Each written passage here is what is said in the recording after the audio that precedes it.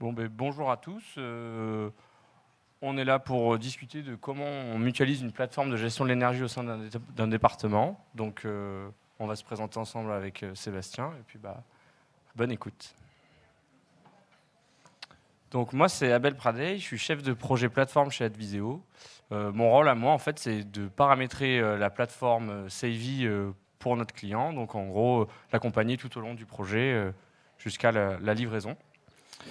Donc, juste petite présentation d'Adviseo. Adviseo, c'est une société qui a été créée en 2015 par Cyril Sailly. Donc, en fait, on est 100 personnes dispersées un peu partout en France dans 4 agences.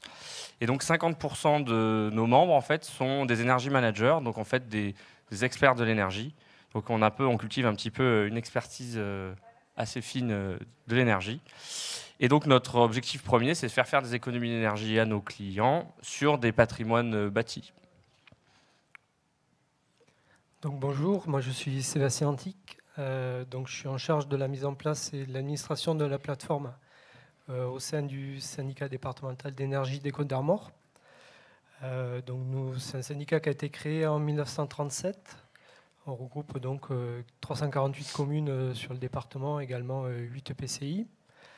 On est une collectivité à ce jour de 75 agents et nous sommes situés à Saint-Brieuc, donc chef-lieu du département des Côtes-d'Armor.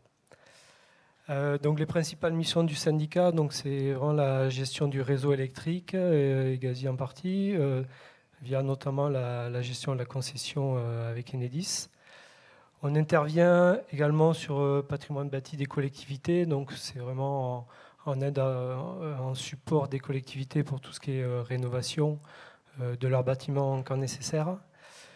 On gère aussi également la partie mobilité électrique via le déploiement de bornes électriques sur le département. Il y en a actuellement 200 en service. Niveau mobilité gaz également, avec 2 stations actuellement en service. Il y en a 600 projets pour les prochaines années. Et également pour les collectivités, tout ce qui est production de NR, donc soit sur des projets photovoltaïques, éoliens ou méthaniseurs. C'est des choses qui sont en train de beaucoup se développer en ce moment. Et la partie vraiment qui va nous intéresser aujourd'hui, c'est la partie groupement d'achat, électricité et gaz, qui a été créée en 2014. Donc là, on va vous présenter tout le projet donc, du déploiement de cette plateforme au sein du syndicat. Alors, quelques mots du contexte déjà. Donc, le but du syndicat, c'est vraiment d'accompagner les collectivités dans toutes leurs actions d'économie d'énergie et de transition énergétique. Et donc de développer également tout ce qui est énergie renouvelable, tous les projets qui peuvent être portés par les collectivités. Donc en qualité de coordinateur, donc, le SDE a plusieurs missions. Donc une mission principale, c'est vraiment de les accompagner, d'accompagner tous ses membres dans la bonne gestion de leurs contrats, de leur consommation, qui puissent vraiment faire vraiment des économies et vraiment utiliser la bonne énergie au bon moment et comme il faut en quantité. On assure également via le groupement d'achat l'interface donc entre les membres et les fournisseurs gestionnaires pour décharger vraiment les collectivités de toute cette tâche qui devient assez complexe et qui demande vraiment des connaissances comme pas forcément des petites collectivités. Et on propose aussi des prestations d'accompagnement via des économies de flux qu'on a en interne pour, comme je disais tout à l'heure, la rénovation des bâtiments. On sait que les collectivités ont souvent des bâtiments assez anciens qui ont besoin souvent de rénovation assez profonde. Et donc de ce côté-là aussi, le syndicat propose via les économies de flux des avis et des conseils pour les collectivités. En quelques chiffres, le groupement d'achat, c'est aujourd'hui 450 membres. On a 90% des communes du département qui font partie du groupement d'achat. On a donc toutes les EPCI et également des établissements publics en nombre dans le groupement. Au niveau points de livraison qui sont gérés à la plateforme, on en a plus de 12 000, enfin plus de 13 000, donc 12 000 élèves, même un peu plus maintenant. En gaz, on est au-delà de 800. Et pour total énergie consommée, donc c'est 288 mégawattheures en fait. Gigawattheures. Oui, gigawattheures. Et donc ils sont 188 pour les LEC et une centaine pour le gaz. Donc le syndicat, pour ce groupement d'achat, il fait face à plusieurs problématiques. Le but, c'est vraiment de disposer, de permettre justement à ses membres de disposer d'une expertise pour avoir des appels d'offres mutualisés. On sait très bien que voilà, si chaque collectivité devait souscrire des abonnements électriques chacun de leur côté, ils n'y arriveraient pas ou ils auraient des tarifs qui exploseraient tous les plafonds. Donc vraiment le but là de mutualiser tous les achats électricité et gaz permet pour eux de simplifier leur achat et de vraiment faire des économies. Donc pour cela, pour gérer ce groupement d'achat, le SDE a disposé de deux solutions. Une première solution qui gérait vraiment la partie gestionnaire du groupement d'achat. Donc gérer tous les membres, gérer tous les PDL que dispose chaque membre. Et une autre, dans cette partie aussi, on gérait tout ce qui était ordre de service et tout ce qui est documentation liée au marché public. Et une autre solution qui gérait vraiment la partie consommation et gestion de l'énergie pour que chaque membre puisse voir tout ce qui est consommé sur quel bâtiment. Donc ces deux solutions, elles n'ont pas été mises en service et développées en même temps, et donc on ne pouvait pas les faire communiquer ensemble. Voilà, c'est pour ça que mi-2022, le syndicat a décidé de lancer un appel d'offres pour bénéficier d'une solution unique qui puisse gérer les deux aspects, de pouvoir gérer plus efficacement ce groupement d'achat. Donc là, on va parler vite fait des avantages. Donc on a à mutualiser une plateforme. Donc en premier, pour les collectivités, c'est vraiment de faciliter les procédures de marché pour que chaque membre, et même nous dans le groupement, on n'ait pas de mal à gérer le marché avec chaque fournisseur. À chaque fois qu'il faut passer des appels d'offres avec le fournisseur, et également avec les distributeurs pour tout ce qui est partie contractuelle. Pour les membres et nous également, de suivre vraiment le périmètre de chaque membre avec tous ces bâtiments qu'il a déclarés dans le groupement, tous les PDL qui sont associés et toutes les données contractuelles qui sont liées à ces PDL, tout ce qui est puissance notamment et les différents tarifs. Elle doit permettre également de suivre tout ce qui est consommation énergétique forcément, si on veut faire des économies, si on veut vraiment le suivre au plus près pour vraiment gérer le mieux et le budget des collectivités. Ce suivi, forcément, il permet d'identifier si on a des dérives pour intervenir le plus tôt possible dans les usages et pouvoir les corriger s'il y a des mauvais usages. Et le dernier point, c'est pouvoir, une fois qu'on a toutes ces données, pouvoir les retranscrire de façon simple et pouvoir communiquer soit entre les services, soit envers les élus et pourquoi pas plus tard envers la population qui est aussi demandeuse de bonne gestion de la part des collectivités et des élus.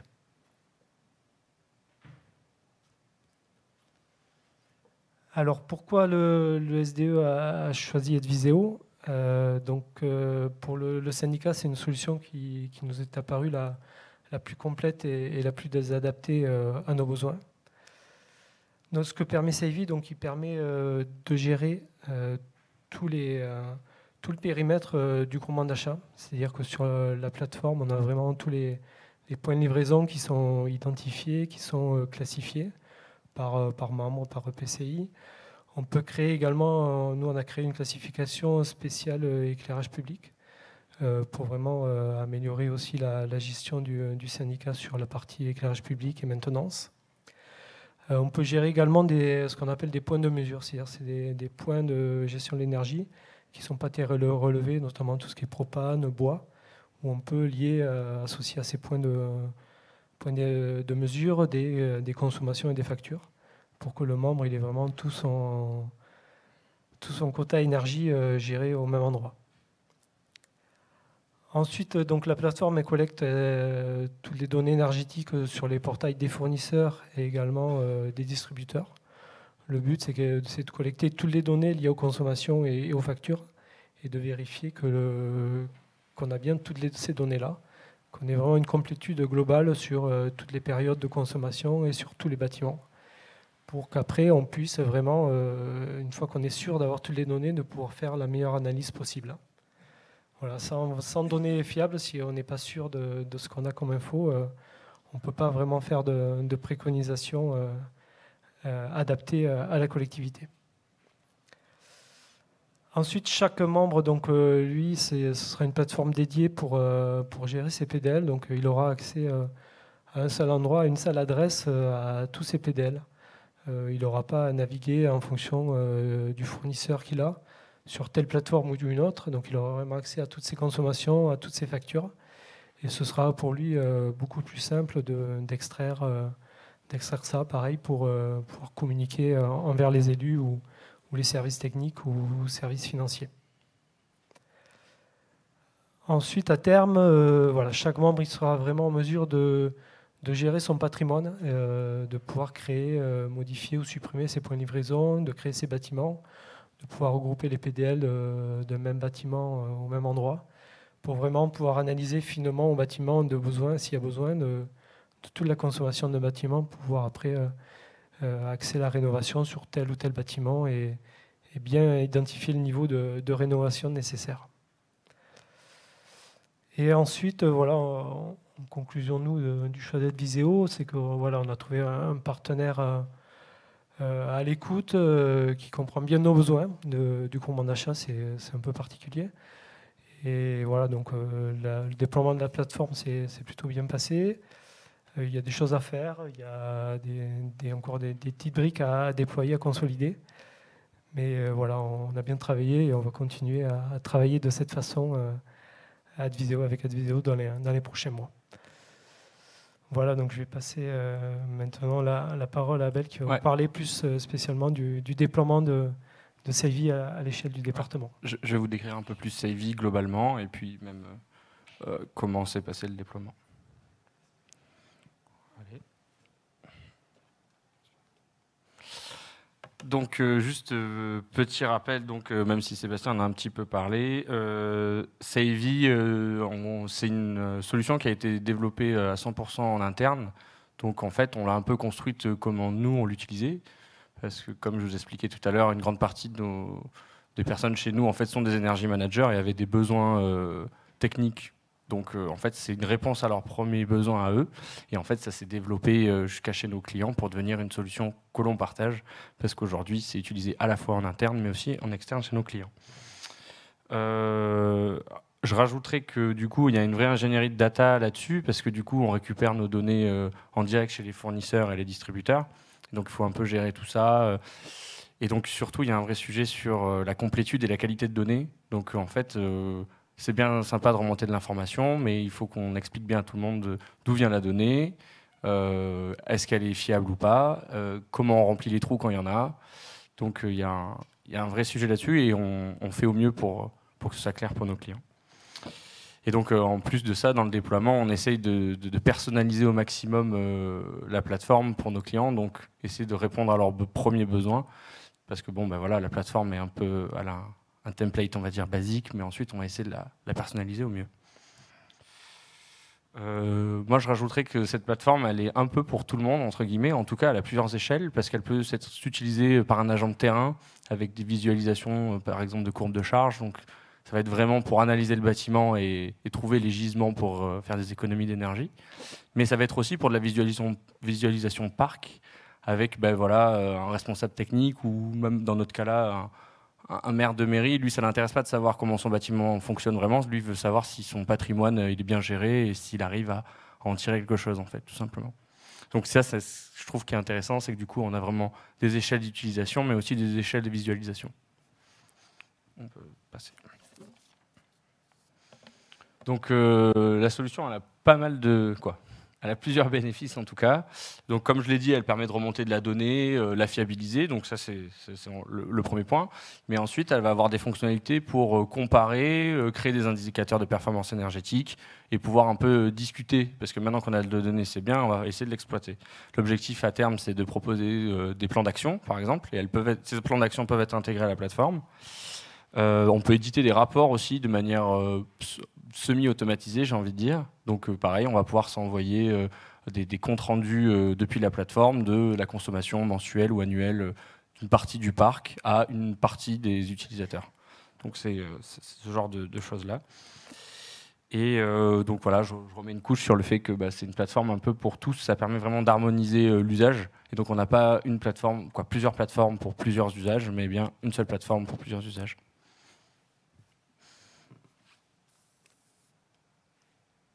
Donc bon, là vous avez un petit synoptique pour avoir un petit peu l'idée. La plateforme elle s'articule autour de ce qu'on appelle des tableaux de bord. Donc on va avoir plusieurs tableaux de bord, on va dire classiques. Donc on en a deux qui sont les plus importants, le tableau de bord énergie et le tableau de bord budget, qui sont sensiblement les mêmes, sauf qu'ils n'ont pas les mêmes sources de données. Il y en a un qui va parler argent et l'autre qui parlera kilowattheure.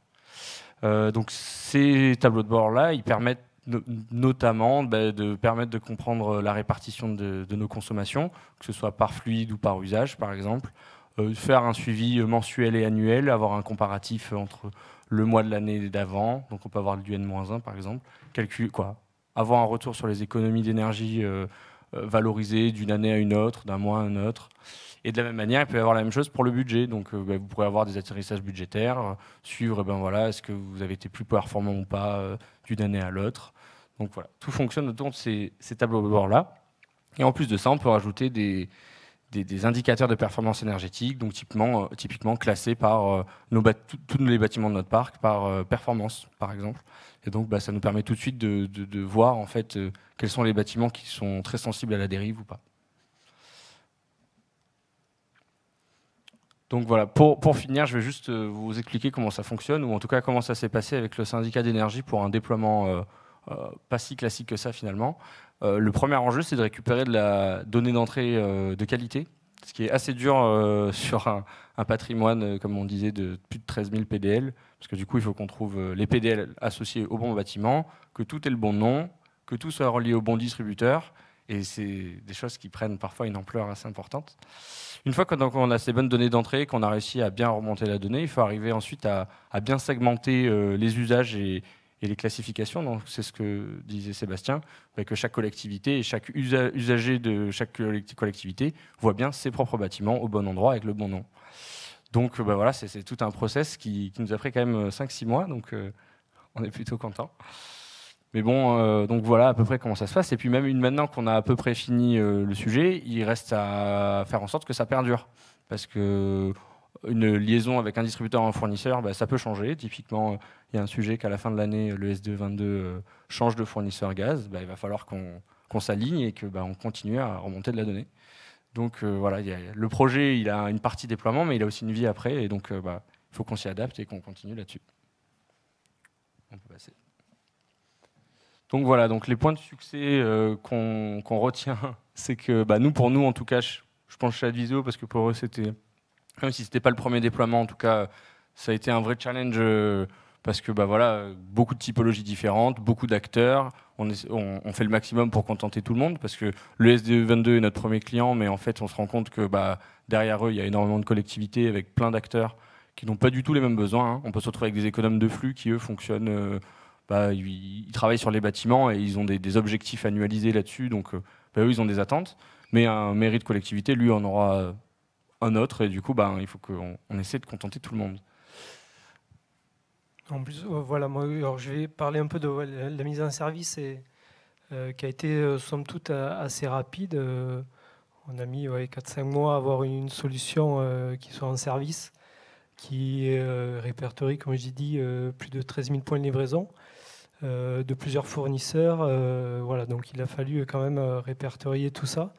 C'était pas forcément évident, vu que la solution un peu d'avant, il n'y avait pas forcément une base de données, il n'y a pas forcément tout à jour. Ça bouge beaucoup au niveau président. Il y en a beaucoup qui qui changent des fois d'adresse. Certains sont créés, d'autres supprimés. Il n'y avait pas forcément un suivi précis. Donc voilà, il a fallu faire un gros ménage pour récupérer tout le patrimoine avec tous les bâtiments et tous les points de livraison associés. Donc c'est vrai que ça a mis un peu de temps à être déployé, mais bon, finalement, ça a été assez rapide et les premiers retours sont plutôt positifs parce que les collectivités, voilà, après une formation de 2 heures, elles arrivent à naviguer assez facilement. Il n'y a pas trop de tableaux de bord, il y a vraiment des principaux, comme il disait, la partie énergie, la partie consommation, la partie facturation. Donc chaque service va vraiment vers le tableau qui l'intéresse et elle trouve vraiment ce qu'elle veut. Ensuite, nous, pareil, dans le concept de challenge, une des attentes du SD22, c'était la reprise des données du prestataire précédent. Et pareil, c'était encore une fois un challenge parce que oui, on l'avait déjà fait chez nous. Il n'empêche que on se devient un petit peu responsable d'une donnée qui ne nous appartient pas. Et du coup, il va falloir faire un petit peu le tri. Il va falloir qu'on soit capable d'assurer au SD22 que ce qu'on a trié, c'est bon et que ça reprendra la suite avec nos données derrière. Donc, voilà, il y avait un petit enjeu là-dessus aussi qui a pu être traité au final dans les délais.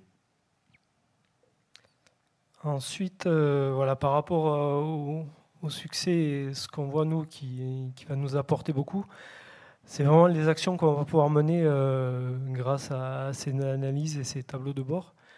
Tout ce qui est efficacité énergétique d'un bâtiment par rapport à ses mètres carrés, le comparer à un autre type de bâtiment. Et là, on pourra vraiment, via nos économes de flux au syndicat, pouvoir diriger et dire à telle commune, telle collectivité, vaut mieux vous rénover ce bâtiment plutôt que celui-là. Il est vraiment très mauvais par rapport aux autres, sachant que les communes n'ont pas forcément conscience de ça, pas forcément de référence. Donc c'est vrai que c'est un outil qui va vraiment leur servir à elles et même à nous à pouvoir les aiguiller beaucoup plus efficacement et pouvoir vraiment centraliser, vu que c'est centralisé les données et assez, ce qu'on parlait de complétude tout à l'heure, on va pouvoir vraiment, on a vraiment de bons arguments pour les diriger vers telle action ou telle autre. Et un petit peu dans la même idée, nous on ne se ferme pas du tout avec le SD22. Maintenant qu'ils ont de la donnée, ils vont forcément potentiellement passer à l'action. Et nous on peut toujours les accompagner. Donc là il y a des sujets qui sont proches de la plateforme, dans l'intégration de capteurs, de GTB, mais on pourrait aussi faire du terrain, donc de l'audit énergétique, les accompagner. Et même il y a des sujets réglementaires comme le décret tertiaire ou le décret BACS qui existent et qui les concernent. Donc voilà, nous on va essayer de rester partenaire vu que ça s'est bien passé. En tout cas on est disponible. On est disponible avec le SDE pour continuer. Et je crois qu'on a fini, donc si vous avez des questions, n'hésitez pas.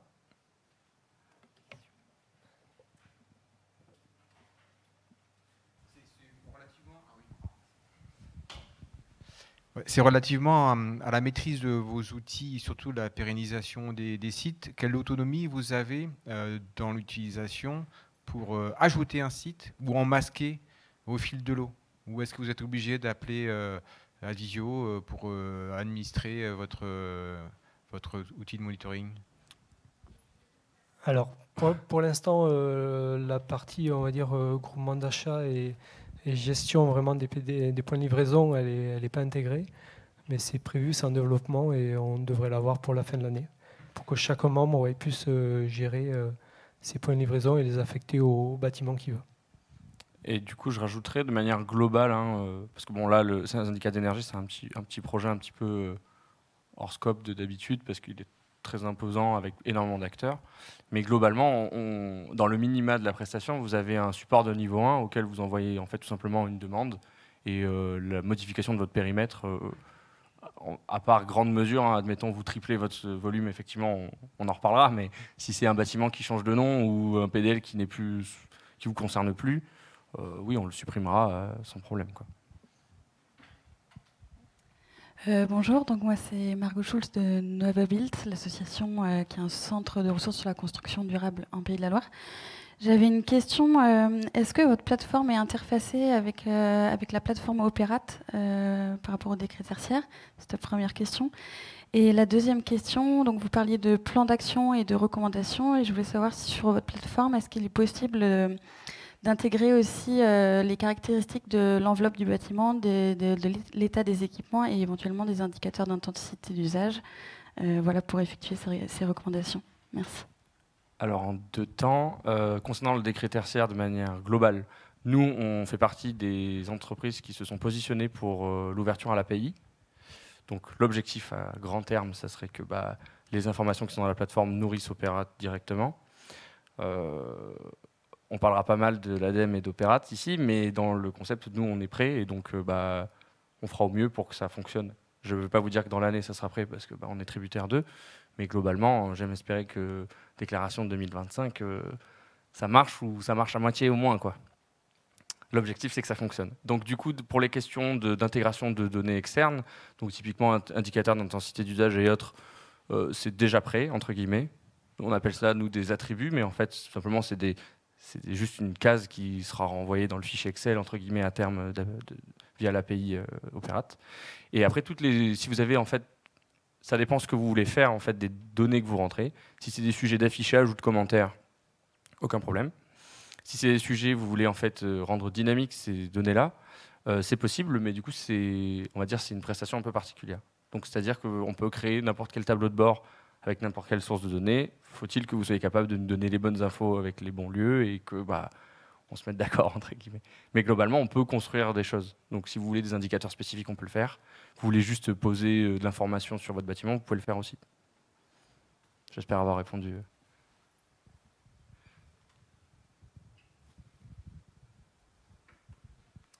Bonjour. Donc là, actuellement, votre plateforme elle est surtout au niveau des points de livraison. Et quels sont vos déploiements, vos développements en cours pour aller vers des niveaux un peu plus micro et à l'intérieur du bâtiment, au niveau de la GTB et de potentiels capteurs? Alors, aujourd'hui, une de nos prestations, c'est déjà de mettre du sous-comptage ou des capteurs. Donc, on peut remonter ces données-là et on peut les regarder comme si c'était un point de livraison. Pour nous, la source de données importe peu, au final. Tant qu'on sait la rediriger, il n'y a pas de souci. Il s'avère qu'en plus de ça, on est en train de développer d'autres choses pour typiquement en fait, caractériser les usages d'un bâtiment. Donc, on aurait de la source de données première qui serait un point de livraison. Si vous avez été capable, ou si on est capable de vous accompagner là-dessus, qu'importe, sur caractériser les usages, donc les fameuses clés de répartition, je ne sais pas si ça parle à quelqu'un.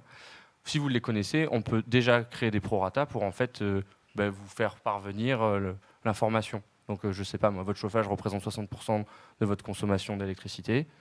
Voilà, on crée un pourcentage et puis vous avez cette remontée de données qui vous dira chauffage 60%. Donc ça, c'est des sujets qui sont très récents. Ça a été déployé il y a moins de 3 semaines, je crois. Donc c'est encore en cours de rodage, mais globalement, dans l'idée, à terme, c'est que si vous voulez observer une répartition d'usage, c'est possible. Et il y a déjà du sous-comptage qui tourne.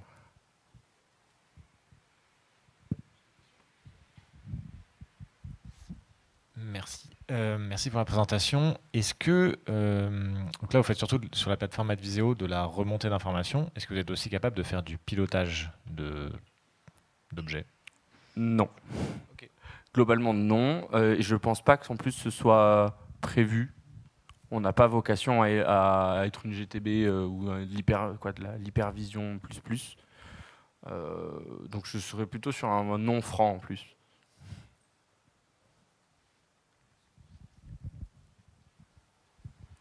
Oui, bonjour. En parlant de GTB, vous êtes compatible avec les GTB du marché ou Oui. Oui, tant que un protocole est ouvert, c'est possible. Je sais qu'il y a certains GTBistes qui coincent un petit peu l'ouverture et du coup on est obligé de passer par eux. Mais à partir du moment où vous avez des protocoles qui sont ouverts, il n'y a pas de raison que ça ne marche pas. Une autre question, on parle de données, vous stockez où vos données? On a des serveurs AWS.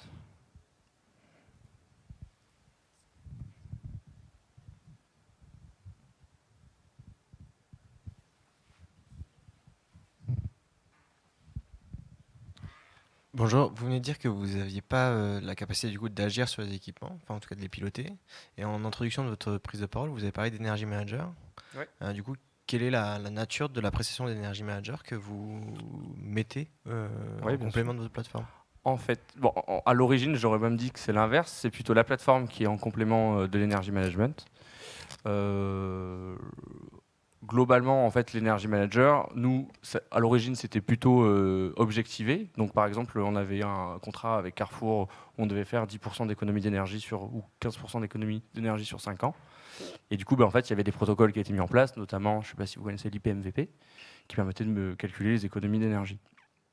Donc, ce qui se passait, c'est qu'on avait des energy managers, pas forcément sur place, mais en tout cas qui étaient obligés de faire des visites régulières, qui étaient en lien direct avec les mainteneurs, et qui, en fait, leur faisaient des préconisations. Typiquement, vous baissez, je sais pas, vos consos d'un degré, vos consignes d'un degré, vous augmentez tant, vous faudrait peut-être réaménager ceci. Après, il y avait des indicateurs spécifiques, mais pour gérer tout ça, parce qu'en fait, c'est quand même un sacré schmilblick, parce que du coup, c'était Carrefour, c'était au niveau France. Il y avait du coup, ensuite, donc, les mainteneurs interagissaient avec les energy managers qui en fait faisaient du reporting. Et ensuite, il y avait des meetings régionaux tous les mois pour pouvoir faire un bilan sur ce qui avait été fait par rapport au mois précédent, pour qu'en fait, on ne soit pas pénalisé par rapport au mainteneur et que le mainteneur ne soit pas pénalisé à cause de nous. Du coup, il y avait un suivi. Donc ça peut être ça, mais ça peut être plein de choses. Ça peut être juste de l'audit, ça peut être un plan pluriannuel d'investissement, par exemple. Donc ça peut être, on fait une analyse de votre parc global, on vous sort les bâtiments les plus en dérive, on vous conseille, soit partir sur du travaux, et généralement on s'arrête là, soit faire du quick win, donc réduire de 10 à 15% selon les besoins. Ça dépend bien sûr des typologies et des équipements, mais globalement, en gros, c'est accompagner des gens qui n'ont pas de connaissances sur un bâtiment. Il existe effectivement des cas de figure où à l'inverse, il y a déjà un energy manager à l'intérieur de la structure. Et dans ce cas-là, c'est plutôt là où on lui fournit juste la plateforme. Et parfois, il y a une interaction qui se crée, mais généralement, quand il y a quelqu'un de compétent à l'intérieur d'un bâtiment, ce qu'il a besoin, c'est de la data, hein, ce n'est pas des conseils. Donc, tout va bien.